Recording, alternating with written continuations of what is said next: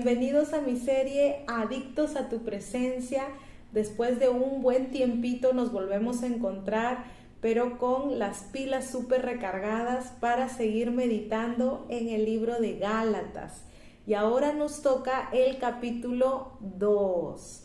Vamos a recordar un poquito de la última parte de lo que dice en Gálatas capítulo 1 para poder entrar en contexto. ¿Sí? Dice el versículo 18, Gálatas capítulo 1, versículo 18. Después de 3 años subí a Jerusalén para visitar a Pedro y me quedé con él 15 días. No vi a ningún otro de los apóstoles, solo vi a Jacobo, el hermano del Señor. Dios me es testigo de que en esto que les escribo no miento. Más tarde fui a las regiones de Siria y Cilicia, pero en Judea las iglesias de Cristo no me conocían personalmente. Solo habían oído decir, el que antes nos perseguía, ahora predica la fe que procuraba destruir. Y por causa mía glorificaban a Dios. Entonces Pablo está de visita en Jerusalén. Vamos a ver ahora el capítulo 2, que nos dice la primera partecita. Dice el título, los apóstoles aceptan a Pablo. Me olvidé de comentarles. Estoy leyendo la versión NBI, Nueva Versión Internacional, ¿sí? Para que ustedes también puedan buscar esa misma. Dice, 14 años después subí de nuevo a Jerusalén, esta vez con Bernabé, llevando también a Tito.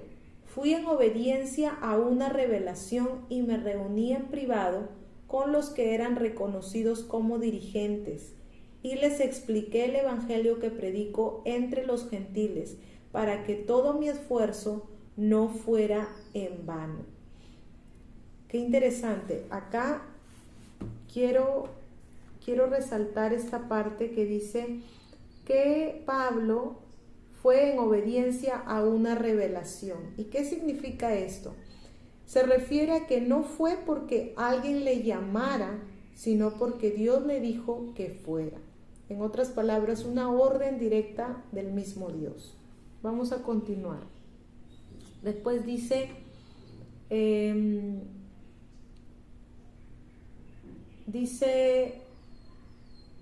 que se reunió en privado con los que eran reconocidos como dirigentes y les explicó el evangelio que predicaba entre los gentiles para que todo su esfuerzo no fuera en vano. Ahora bien, ni siquiera Tito, que le acompañaba, fue obligado a circuncidarse ni siquiera Tito, que me acompañaba, dice, fue obligado a circuncidarse aunque era griego. Acá vamos a mencionar a los personajes que le están acompañando a Pablo en esta historia y sabemos que está Bernabé, quien era muy respetado entre los líderes de Jerusalén, y Tito, que era un gentil convertido. Vamos a continuar. El problema era que algunos falsos hermanos se habían infiltrado entre nosotros para coartar la libertad que tenemos en Cristo Jesús a fin de esclavizarnos. Wow, qué mal, ¿no? Qué triste. Vamos a hablar un poquito del viaje de Pablo en Jerusalén. Este viaje es muy probable que lo haya hecho porque Pablo trajo un regalo a los cristianos de Jerusalén que sufrían hambre. Esto lo podemos encontrar en el libro de Hechos capítulo 11, versículos del 27 al 30. En ese tiempo había una disputa sobre el lugar de los gentiles en la iglesia. Dios usó a Pedro para dar la bienvenida a los gentiles en la iglesia en el libro de Hechos capítulo 10. Pero algunos cristianos de origen judío decían que los gentiles en verdad podían ser salvos si primero se hacían a sí mismos judíos y se sometían a la ley de Moisés, pues pensaban que la salvación era solo para el pueblo judío y también demandaban que se circuncidaran para llegar a ser salvos. En otras palabras, querían vivir bajo la ley. Vamos a seguir, vamos a continuar. Dice, ni por un momento accedimos a someternos a ellos, pues queríamos que se preservara entre ustedes la integridad del Evangelio. Pablo sabía que él tenía el verdadero Evangelio, pero si hubo alguna confrontación que hacer, Pablo lo hizo en privado. Vamos a resaltar aquí la actitud de Pablo teniendo el corazón de Cristo, ¿no? Siempre permaneciendo en los frutos del Espíritu Santo. Dice, él hizo lo mejor que pudo para no avergonzar públicamente a los que tenían cierta reputación en Jerusalén. Estos fueron amor y sensibilidad por parte de Pablo. Sabía que tener razón no te da el privilegio de ser grosero. Aprendamos de Pablo. Estas personas eran personas que estaban contaminando a la iglesia. Personas, se puede decir, muy dañinas, muy malas. Pero Pablo, a pesar de ver ese corazón negro que ellos tenían, no actuó de la misma manera, no actuó dejándose llevar por la cólera, por el fastidio, sino permaneció en el carácter de Cristo, manso y humilde de corazón, tal como lo debe ser un verdadero cristiano. Vamos a continuar. Dice, en cuanto a los que eran reconocidos como personas importantes, aunque no me interesa lo que fueran, porque Dios no juzga por las apariencias, esos tales no me impusieron nada nuevo. Al contrario, reconocieron que a mí se me había encomendado predicar el Evangelio a los gentiles, de la misma manera que se le había encomendado a Pedro predicarlo a los judíos. Probablemente Pablo tenía temor de que surgiera un conflicto con los líderes de la iglesia en los líderes de Jerusalén, y que pudieran dañar su reputación y ministerio de alguna manera.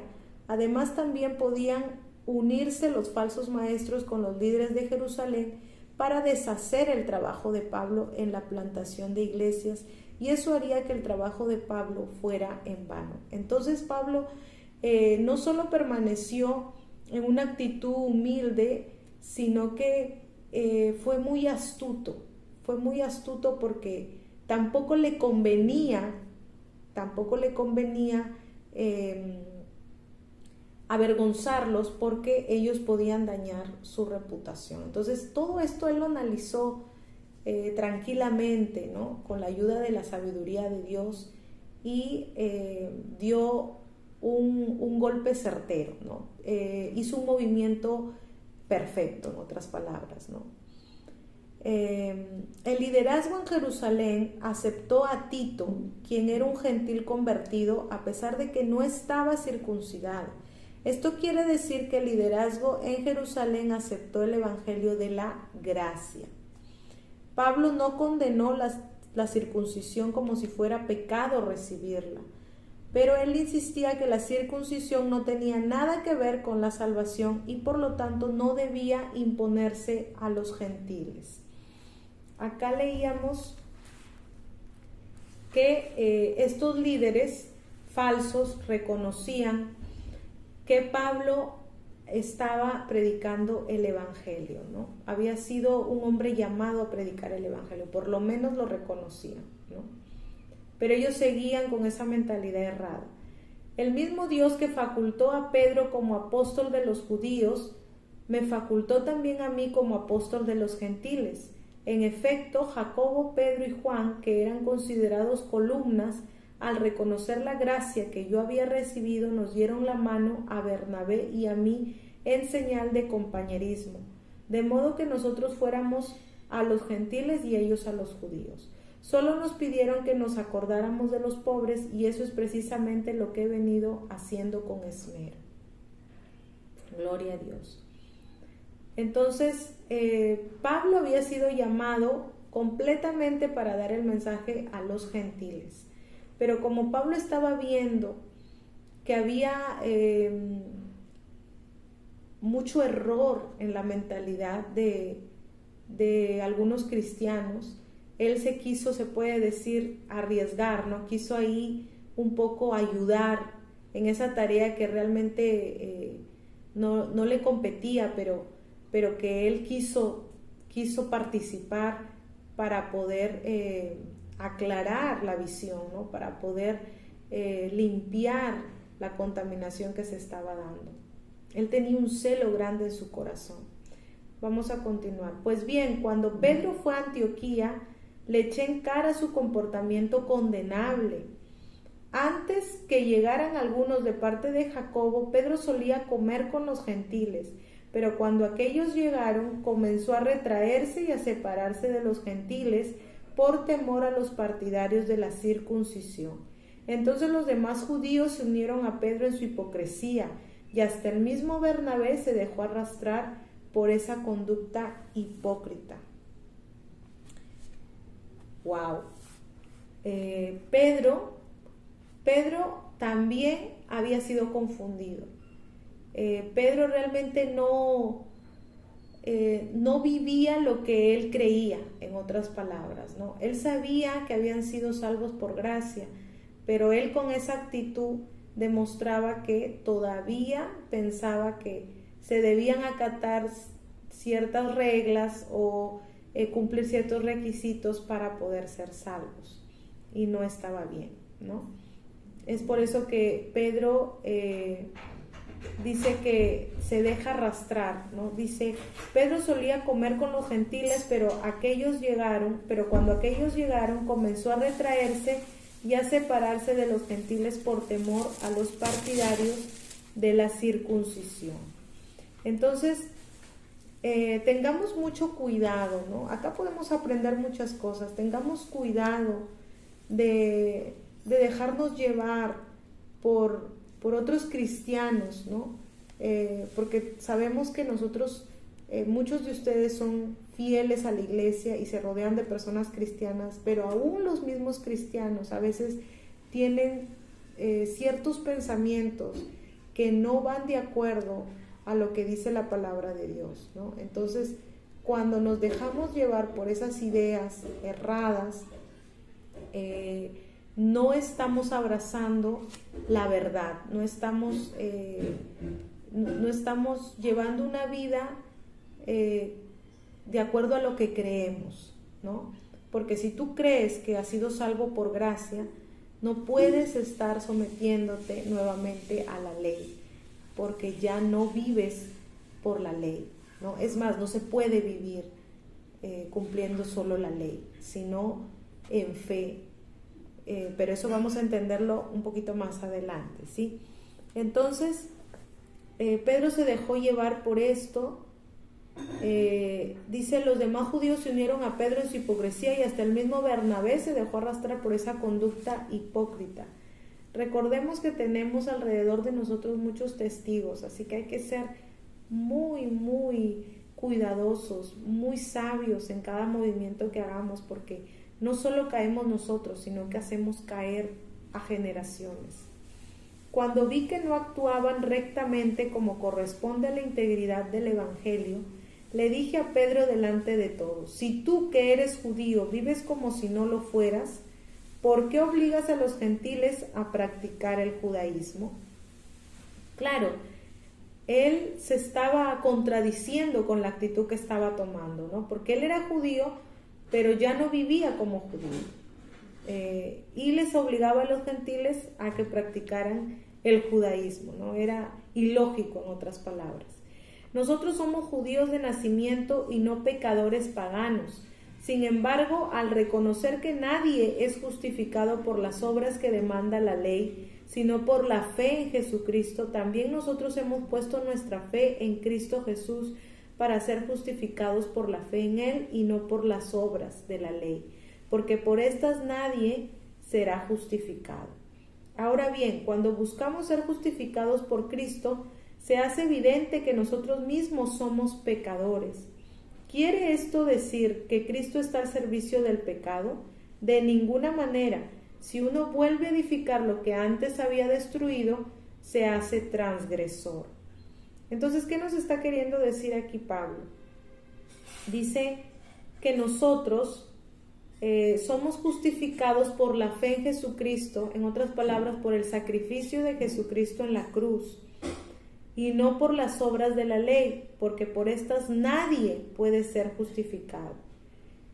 Y cuando buscamos ser justificados por Cristo, se hace evidente que nosotros somos pecadores. ¿Por qué? Porque la sangre de Cristo nos cubre y es esta la que nos limpia y nos hace ser llamados santos y perfectos. En otras palabras, la sangre de Cristo, el sacrificio de Cristo en la cruz, que nos da el acceso a tener al Espíritu Santo, toma poder en nosotros y hace que nosotros seamos controlados por ese poder. Y ya no somos nosotros, sino es el poder de Dios en nosotros, llevándonos a lograr cosas imposibles. Vamos a seguir leyendo para entender mejor. Y acá dice, ¿quiere esto decir que Cristo está al servicio del pecado? No, claro que no. No está diciendo que como nosotros nos exponemos como pecadores al ser cubiertos por la sangre de Cristo, entonces estamos viviendo en pecado, estamos habitando en pecado. No, sino que estamos simplemente reconociendo nuestra condición, en otras palabras. Yo por mi parte, mediante la ley, he muerto a la ley a fin de vivir para Dios. He sido crucificado con Cristo y ya no vivo yo, sino que Cristo vive en mí. Lo que ahora vivo en el cuerpo, lo vivo por la fe en el Hijo de Dios, quien me amó y dio su vida por mí. No desecho la gracia de Dios. Si la justicia se obtuviera mediante la ley, Cristo habría muerto en vano.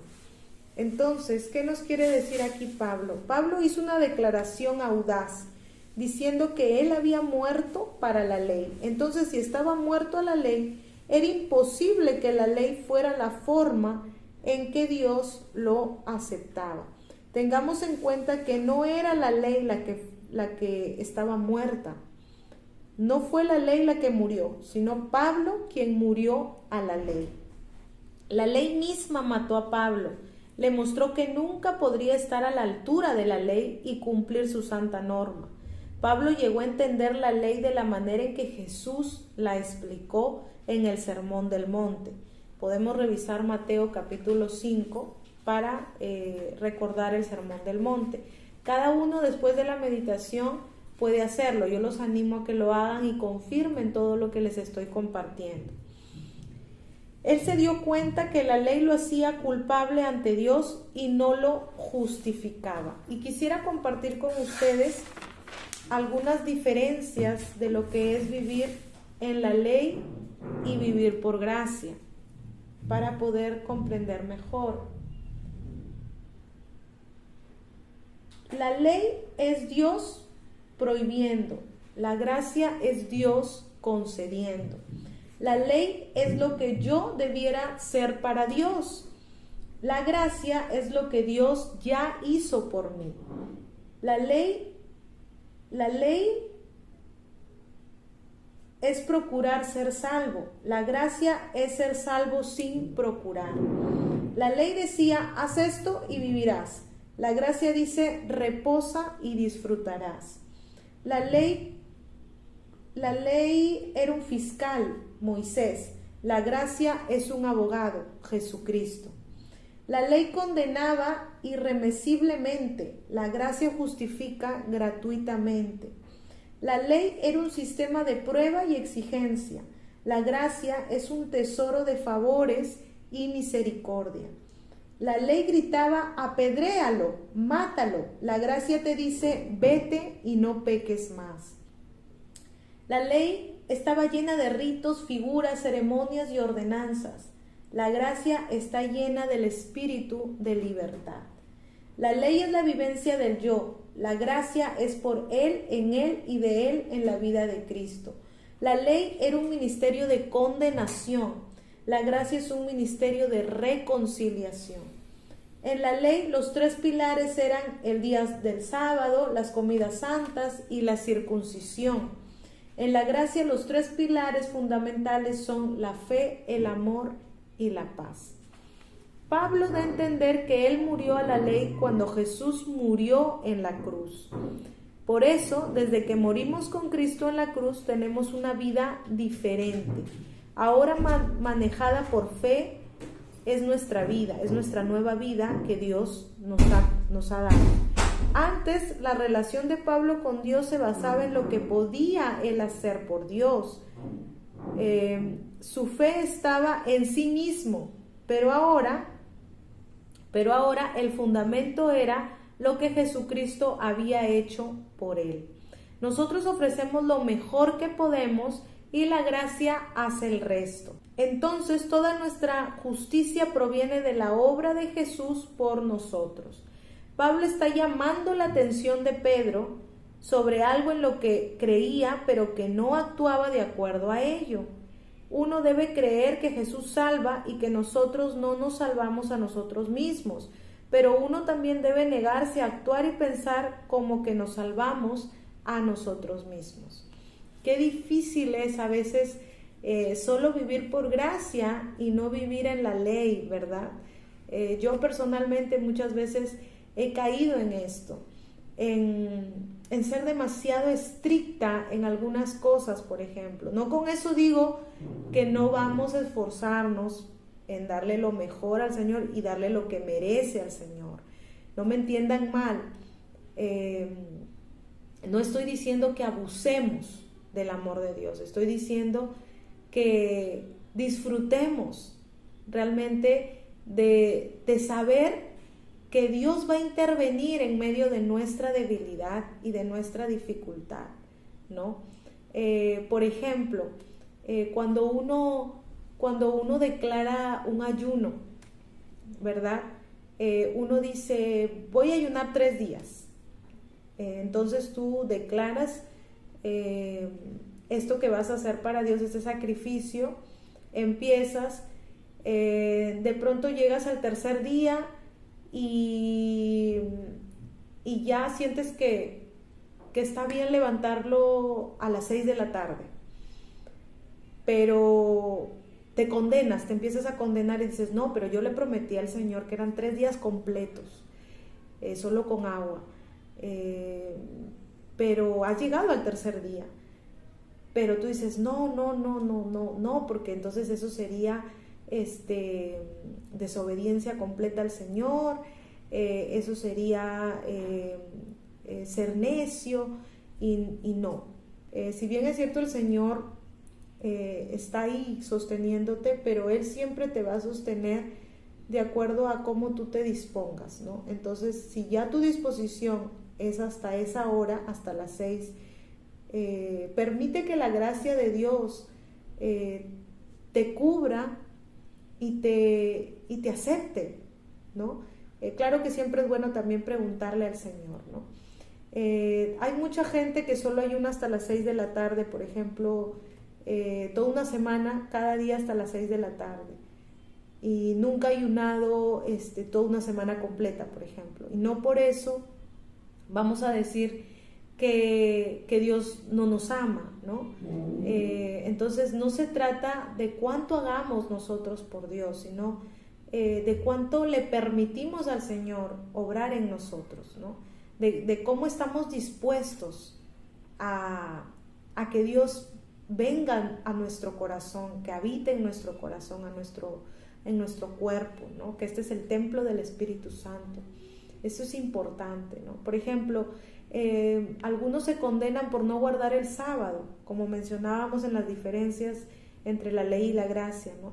Y no porque no vayas el sábado a la iglesia, no te vas a salvar. Uno se salva por tener una relación con Jesucristo, por la fe que uno tiene del sacrificio de Jesucristo, la fe que tienes en el sacrificio de Jesucristo, que murió por ti en la cruz por tus pecados y te salvó. Esa fe es la que te lleva al cielo, la que te sana, la que te sostiene, la que te levanta, la que te da el poder para avanzar. Esa fe, no todo lo bien que tú puedas hacer para Dios, todo lo bueno que tú puedas hacer para Dios, no, sino tu fe en Jesús, en creer que Él te está sosteniendo, creer que Él está obrando en tu vida. Él es el que va a llevarte al otro lado del proceso, de la dificultad, al otro lado de lo que te has propuesto, ¿no? Te va a llevar a la meta, en otras palabras. Entonces hay mucha gente, como les decía, que cree que porque no ha ido, por ejemplo, un sábado, ¿no? O no va un domingo, ¿no?, a la iglesia. Uy, no, ya me condené, ya el Señor no me va a aceptar. No es así. O sea, tampoco con eso estoy diciendo, no estoy diciendo que te vas a ir a hacer otra cosa que no va de acuerdo a lo que Dios manda y vas a faltar ese día, el domingo, por darte un break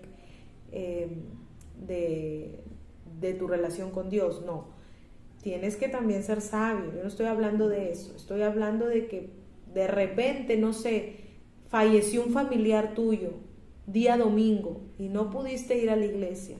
No por eso Dios se va a molestar contigo, no por eso te vas a ir al infierno. No, olvídate. El Señor lo que quiere es un corazón siempre rendido a Él. Por ejemplo, cuando entras a una etapa diferente en tu vida, ¿no? La etapa de la maternidad, por ejemplo. Sabemos que muchas mujeres no tienen el tiempo que tenían cuando eran solteras, ya no tienen esos tiempos hermosos de horas de intimidad con Dios, y está bien. Ahí cargando a tu bebé, haz tu devocional, ora, cántale al Señor, ten esa conexión con Dios, pero que no se pierda, ¿no? No por eso te vas a ir al infierno. Eso es vivir por gracia. Creer que el Señor conoce tu corazón y que está mirando tu disposición. Él está viendo que tú tienes un corazón que aunque sea unos minutitos que tengas libre de repente, aunque sea en la ducha, si son tus minutos libres que tienes porque eres madre y no puedes encerrarte en un cuarto porque está ahí, o no puedes cantar, o no puedes clamar porque está ahí el bebé en tu cuarto y no tienes otra habitación, ¿no?, por poner un ejemplo, ¿no? Y oras en tu ducha. No creas que el Señor, porque estás en la ducha bañándote, orando, no te va a escuchar. No, el Señor está ahí siempre.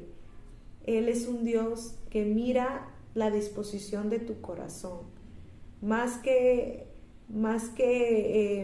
las formas en cómo debes buscarlo. Él está mirando tu disposición, cuánto lo anhelas.